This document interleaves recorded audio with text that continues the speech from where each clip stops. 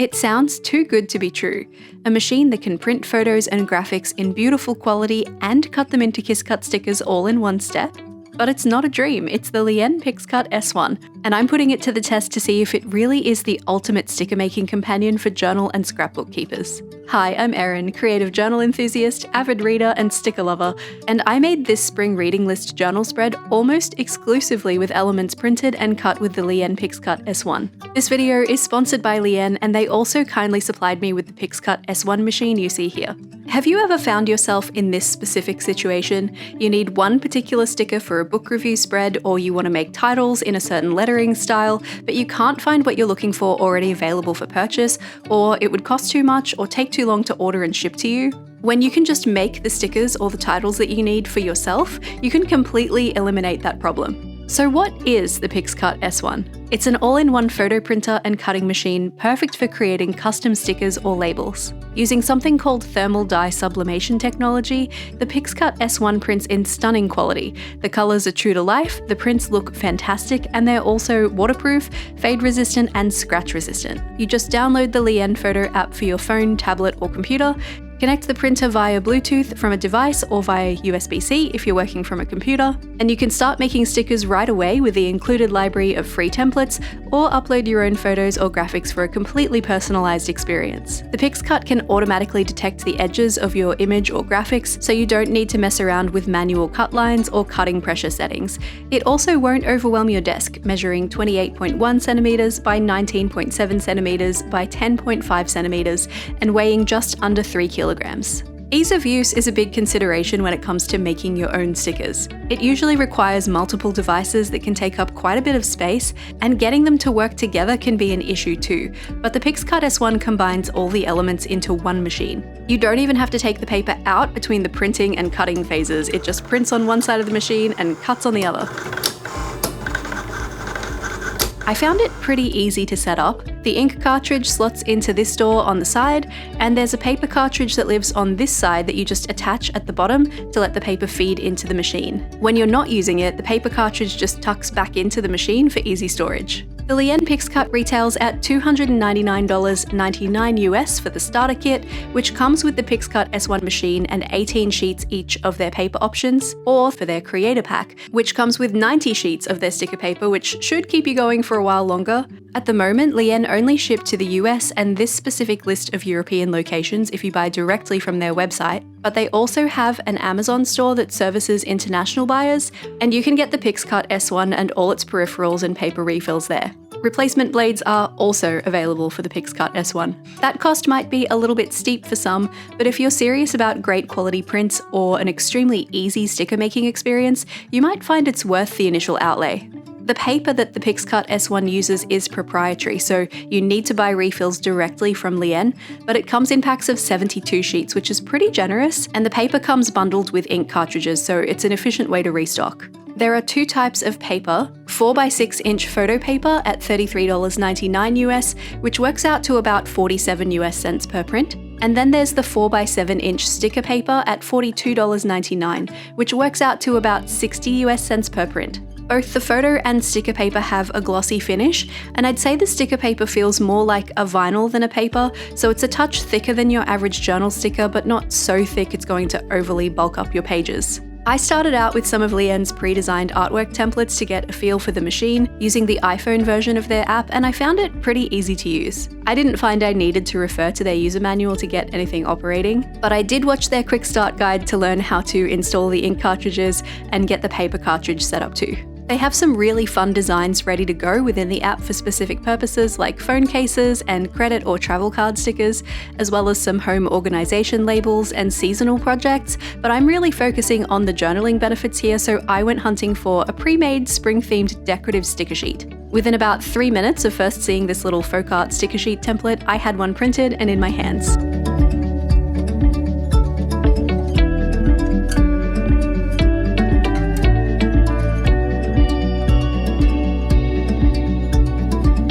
I'm not a huge fan of phone interfaces for devices generally, so when I noticed a banner on the phone app about a desktop version, I got straight on that.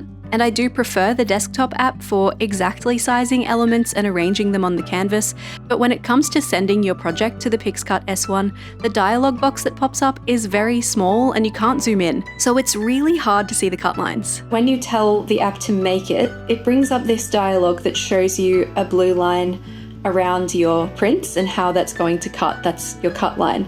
But this dialog can't be resized and you can't zoom in on it, so it's really hard to see. It's actually easier to see that line on the phone version of the app. For context, it is this size on my 16-inch laptop, so that is a little bit tricky. You gotta really look for it.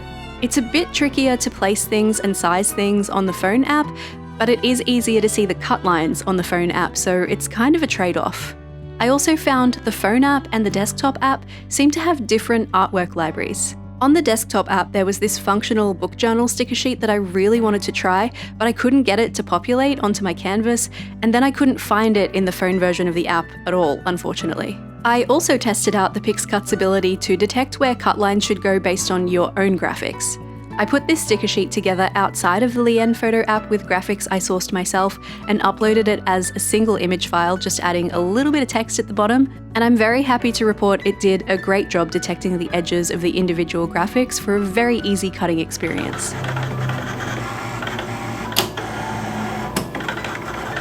But my favourite custom stickers to make are book cover prints for my reading journal, so let's try printing some of those. I wanted to make sure I was using the 4x7-inch page as efficiently as possible, so I sized my book covers at 2 inches tall for the larger ones and 1 inch tall for the smaller ones, and I managed to fit 6 large and 6 small covers on the page with very little space left over. Also, if you hate inches and want metric, you can toggle between the measuring systems on desktop here and on the phone app version here.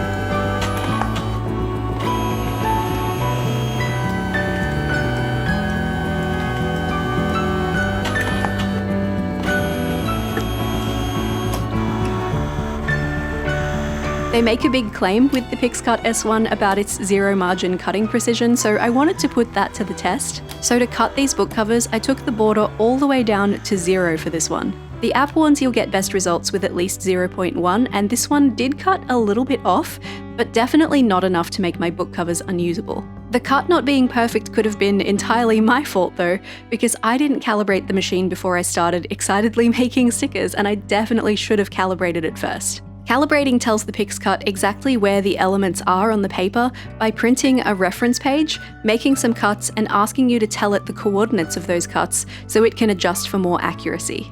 The machine only comes bundled with 18 sheets of sticker paper, so if you didn't opt for the Creator bundle, it stings a little to sacrifice one to calibration, but for the sake of accurate cuts, I think it's worth it. Of course, I also really want to try out the printing option as well, not just the stickers, just because I want to see. It's currently autumn for me as a Southern Hemisphere dweller, but I'm going to keep channeling spring with this particular picture. This is from a flower festival I went to last year. I think we're good to go. I do love that it tells you the entire process on the screen as all of this is happening. So it tells you right now we're printing yellow, which does indeed appear to be the case. We're printing yellow, and there's this progress bar along the bottom. So after yellow, we move on to the red layer, or magenta. Very good. And then we do the blue, and that's going to give us our full color print. I picked this picture because it's got some nice darks, it's got a lot of color, it's got some nice highlights. I thought it would be a really good test, and then it laminates in the final step. And here we are. So here's the picture on my phone screen, and here's the print.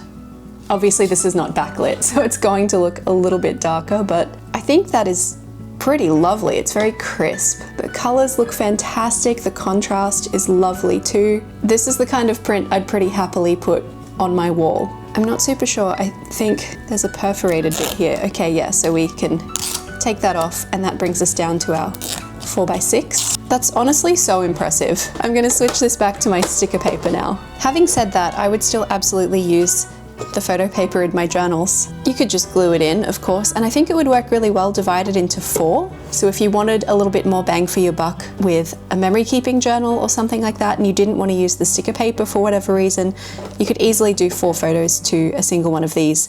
Now I've printed and cut all these cute little elements, let's see what I can do with them. I'm putting together a spring-themed book list spread for a reading journal using only the stickers I made myself with the Pixcut S1, plus a little bit of PET tape and a stamp. Let's see how it goes.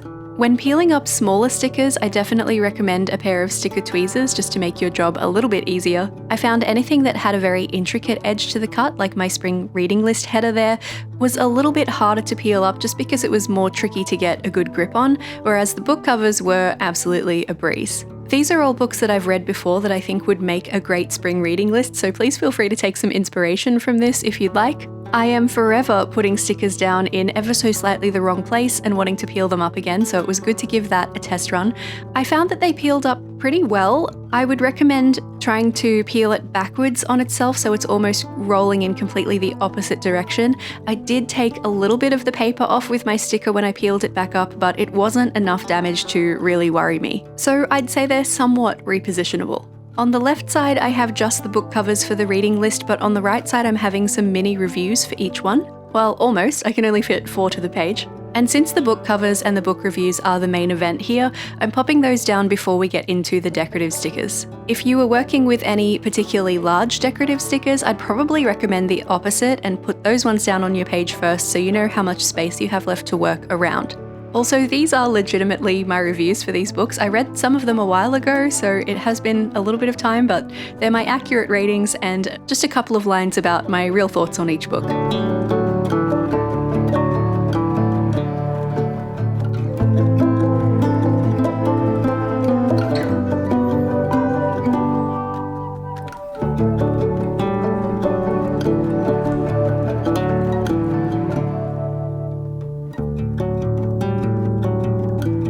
I didn't quite leave myself enough space here for my star rating stamp, and I've cleaned it up with a white paint marker, but this is an opportunity for a sticker to really hide all of your mistakes, so a star rating sticker could have been a better solution there.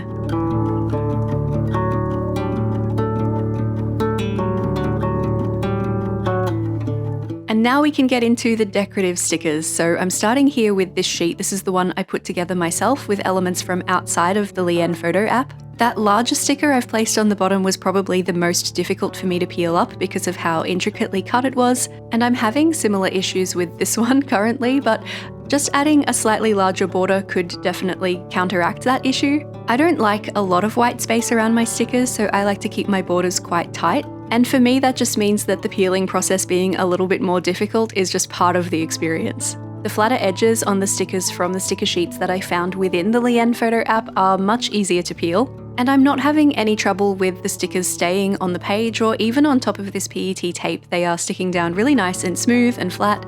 None of them are peeling up in their corners, even the ones with the really intricate cutting patterns, so that's definitely good to see. I started with my larger decorative stickers, and now I'm moving into the smaller ones to just sprinkle them around, fill in some of the gaps, and make sure I have a fairly even spread of colours across the entire spread because there are quite a few colours going on here. If you're DIYing sticker sheets with your own graphics, I definitely recommend adding some little filler elements like these tiny flowers or leaves because they really do help to fill out a spread like this, and they help you get more bang for your buck out of a sticker sheet too, so tiny filler stickers are always a wonderful thing. And with these last few tiny stickers placed, we have our spring reading list reading journal spread all set up, and I think it's so adorable. I do want to call attention to the fact that all of these stickers that I've made with the Pixcut S1 are a little bit glossy and shiny, so they do have a touch of reflection, but I'm so fine with that.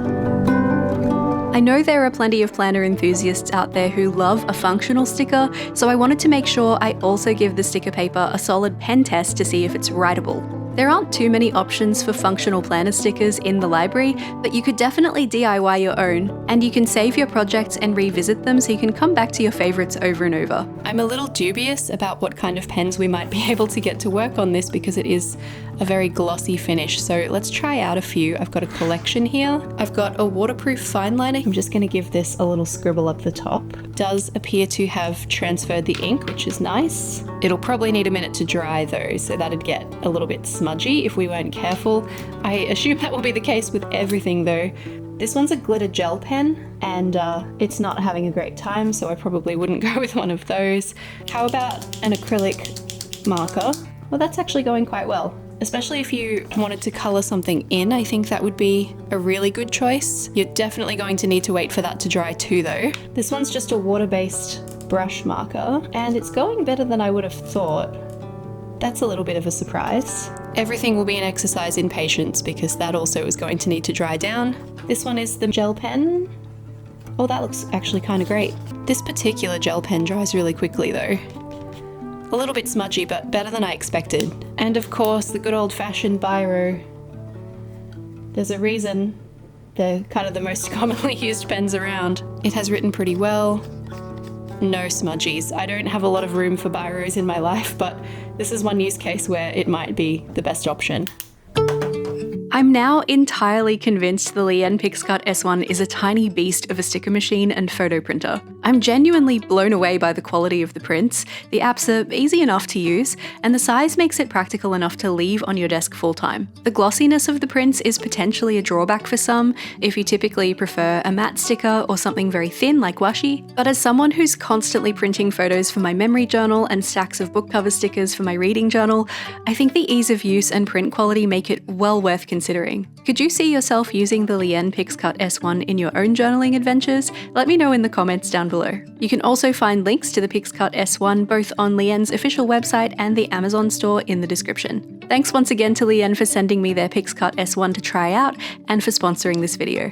If you'd like to keep talking stationery with me, here's a link to another video YouTube thinks you might like.